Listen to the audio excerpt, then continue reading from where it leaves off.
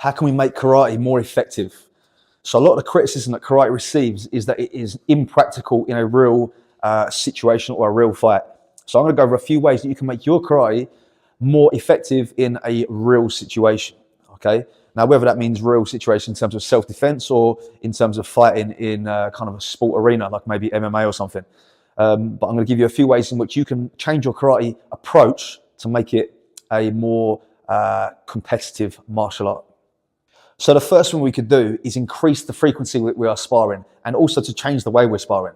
If you are not interested in competing in sport karate, and what I mean by sport karate is more so WKF kind of karate, because that's kind of the area that I know. There are obviously other federations that do different versions of sport karate. But if you're not interested in competing in sport karate, your sparring should not be limited by the rules that sport karate has. You know, so we should be able to use knees and maybe some elbows, obviously with control still, some grappling, some closer range type sparring. You know, we shouldn't be limited to just scoring points on a partner if we are not interested in competing in competition. For those that want to win competition, play by the rules. And for those that want to improve their karate to be an effective fighting martial art, more kind of akin to what it used to be originally, then change your sparring up to be a little closer to what maybe an MMA sparring would look like, where you're incorporating grappling, even groundwork, throwing, close range strikes, circular punches, knees, all this kind of stuff.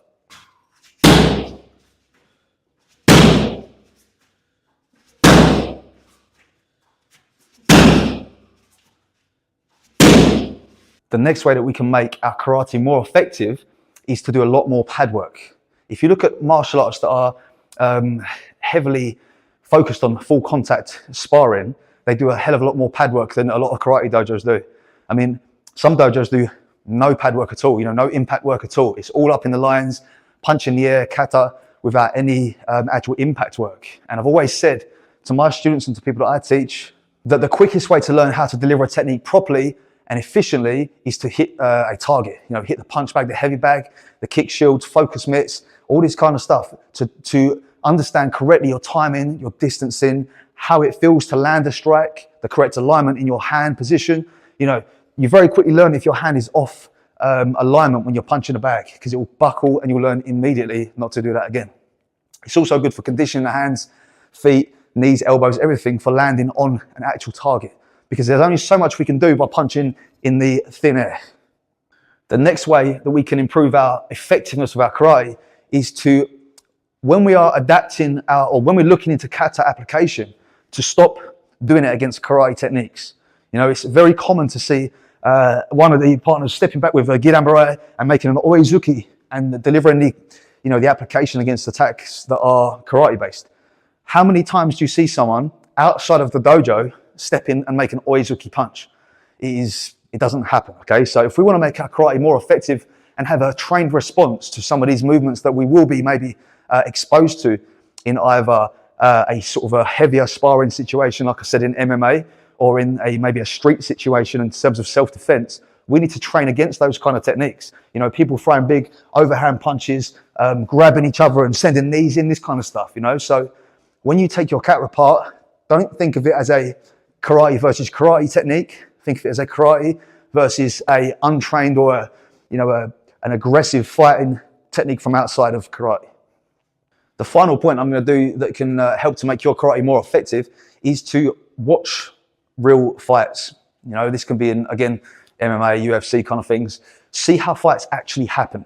You know, the timing of them, the speed of them, the distancing that fights really happen. You know, if you look on YouTube, there's thousands of videos of, you know, self-defense situations, real captured sort of fights in the street or whatever, and also MMA, of course, you know, UFC and that. Especially when you look at some of these bare knuckle fighting championships now that are quite popular online. You know, this is a lot more realistic in terms of what a fight would look like outside. So if you want to have your karate effective in that arena, or, you know, be effective to protect yourself when you need it, we need to understand what it's really like. You know, it doesn't come as single attacks, you know, like a single jab or something and another one coming from the back there. It's more erratic and aggressive and fast. You know, someone will be on you very quick and they'll use things that you're not used to using, headbutts, biting, shoulders, kind of things like that, you know. So we have to be aware that those that are maybe untrained, you know, can be sort of sometimes more dangerous because they're using things that are out of our normal toolbox that we're used to training with. You know, if we're constantly training and we're dealing with techniques that are kind of permitted in our sport, we're not getting exposed to those other things, headbutts and all this kind of stuff, you know? So if you want to make your karate effective, we have to consider those things as well, you know? So rather than just thinking about these 1-2s, we're thinking about heads going in, all this kind of stuff, okay? The kata has all these movements, you know? If you look in the kata and think about it in a different way, there's all these kind of moves in the katas, headbutts, shoulders, you know, throws, all this kind of things. I've said this one before in one of my, you know, in some of my videos before, is to train with intention all the time. You know, train as though you are fighting. Every time you go into kata or your kion or even your kumite, you are training as though you are fighting. You know, not simply doing aerobics and making shapes, because it's very easy to kind of just cruise along, get a little cardio workout out of your karate. But if you want to make it effective, every technique needs to be a technique that is able to drop an opponent if that's what we are training for. You know, not everyone trains for the same thing, but you know, even if you're stepping, making your orizukis and stepping and punching, have the intensity and the feeling that you are trying to finish an opponent with that single strike. Take a look on YouTube or wherever you want to find them. Watch some real fighting situations and see if your karate would really stand up to that. There you go. A few ways to make your karate a little bit more effective in terms of the way you're approaching it. So I'll mention again to my partnership with Art Martial Clothing. They're making all kinds of martial arts branded designs and stuff for your hoodies and t-shirts, trousers, all this kind of stuff.